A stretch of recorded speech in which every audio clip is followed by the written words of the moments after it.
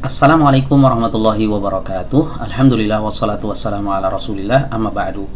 Baik teman-teman sekalian, pada kesempatan kali ini insyaallah kita akan melanjutkan kembali pembahasan dari kitab At-Tajwidul Musawwar karya Syekh Aiman Rusdi Suwaid hafizahullah ta'ala. Dan insyaallah sekarang kita memasuki makhraj yang keempat, yaitu makhraj huruf dhad.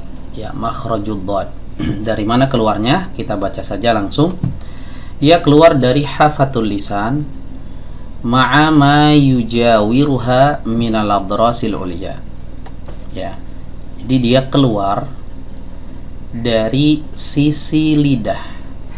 Ya, dari sisi lidah. Bertemu ya dengan yang ada di dekatnya, ya, berupa gigi-gigi geraham bagian atas. Ya. Jadi dia keluar dari sisi lidah atau tepi lidah, ya, bertemu dengan gigi geraham bagian atas. Nah, perhatikan di sini gambarnya teman-teman, ya. Jadi dia keluar dari sisi lidah ini teman-teman, ya. Ini kalau kita lihat lidah dari tampak samping, maka tepinya ini. Nah, tepinya ini menempel ke gigi geraham, ya. Nah, tepi lidah ini dibagi menjadi dua bagian, ada tepi belakang, ada tepi depan. Ya, tepi belakang yang ini teman-teman. Nah, tepi depan yang di sini. Ya, jadi dari belakang ke depan ini sebenarnya nempel ke bagian dalam gigi geraham atas. Ya, gigi geraham atas. Nah, kalau kita lihat gambar yang ada di sini, nah di sini ada apa nih namanya, titik-titik ya yang berwarna biru dan ada juga yang berwarna kuning, ya. Nah di sini ada keterangannya. Untuk yang berwarna kuning ini adalah mantiqatut talamus min ghairi dhuktin, ya. Untuk yang kuning ini bagian sisi lidah, ya, atau sebenarnya ini udah masuk ke bagian ujung, ya. Nah ini hanya menempel saja, ya, di gusi tanpa ada tekanan. Jadi nggak boleh ada menekan di bagian ujung ini, di bagian depan ini nggak boleh ada tekanan, ya. Adapun yang berwarna biru ini adalah mantiqatud dhugti walittika, ya. Di sini ada bagian di mana sisi lidah kita itu menekan dan bertumpu. Jadi tumpuannya itu ada di belakang sini teman-teman. Nah ini gigi atas ini ya teman-teman, ya. Ini gigi atas. Jadi ini rahang atas sebenarnya, ya. Ini rahang atas. Jadi sisi lidah kita ini, sisi-sisinya sekelilingnya ini, ya. Ini sekeliling lidah ini ditempelkan ke atas. Ditempelkan ke atas.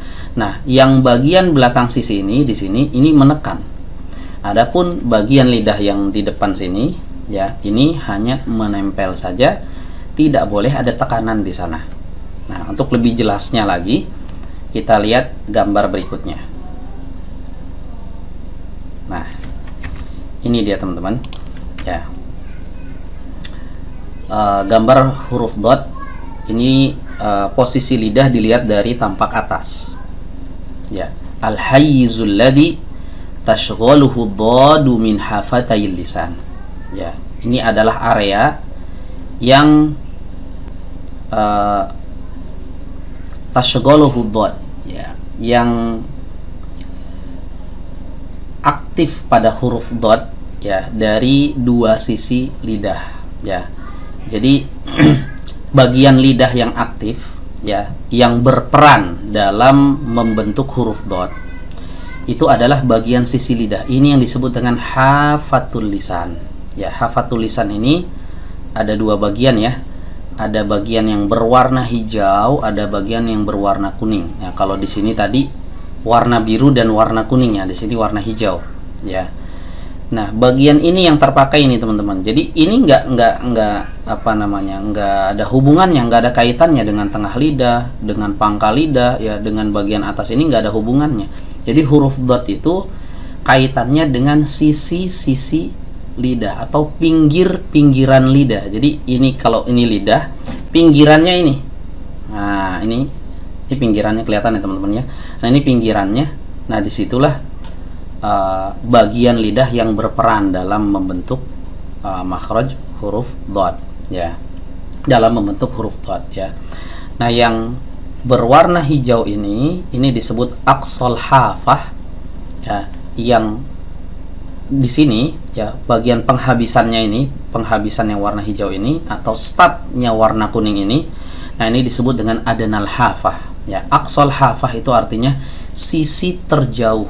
Ingat, kalau kita mendengar kata aqsa itu maknanya yang paling jauh ya. Pernah dengar Masjidil Aqsa? Masjidil Aqsa itu masjid yang jauh dari kita ya. Al-Aqsa, Aqsa itu artinya jauh, paling jauh. Jadi ini adalah sisi lidah paling jauh kalau startnya itu dari bibir ya, sisi lidah yang paling jauh. Ini sisi lidah yang paling dekat di sini. Jadi di sini teman-teman ya, sisi lidah itu. Nah, bagian ujung lidah ini juga ikut berperan, tapi tidak tidak menekan. Dia hanya menempel saja. Makanya di sini dijelaskan yang warna hijau ini adalah mantiqatud dhuqti walitika ya. Daerah atau area yang di sana ada tekanan dan juga tumpuan. Jadi lidah kita tuh bertumpu di sini. Ya, dari sini sampai sini itu harus nempel ke dinding dalam gigi geraham atas. Nah, ketika kami bertalaki dengan guru-guru kami, ya, guru-guru kami ini menjelaskan bahwa makhraj huruf dot itu ada di sini, ya, bertemu dengan dinding dalam gigi geraham atas. Dulu ketika sebelum saya bertalaki ya, itu saya memahami ya, jadi gigi geraham ini yang atas ini bagian ujungnya ini yang ditempelkan ke sisi lidah seperti ini ya, padahal ini salah. Yang betul adalah dinding dalamnya seperti ini teman-teman ya, dinding dalamnya, bukan bagian bawah gigi geraham ini, enggak, tapi dinding dalamnya seperti ini. Nah, ditempelkan dari sini sampai sini, ini menempel terus ya sampai sini, jadi sekeliling sebenarnya. Tapi para ulama memberikan keringanan untuk pelafalan huruf dot ini. Kita dibolehkan untuk memilih ya, mau menggunakan sisi lidah bagian yang kanan atau yang kiri. Nah, itu bebas ya, silahkan. Mau pakai yang kanan, bo, bi, bu, al, ini bagian yang kanan. Kalau bagian yang kiri, bo, bi, bu, al. Nah, ini bagian yang kiri. Mau dua-duanya silahkan. Bo, bi, bu, al. Ya. Nah, ketika dalam keadaan bersukun, dia memiliki sifat yang namanya istitolah dan juga rokhawah. Ya.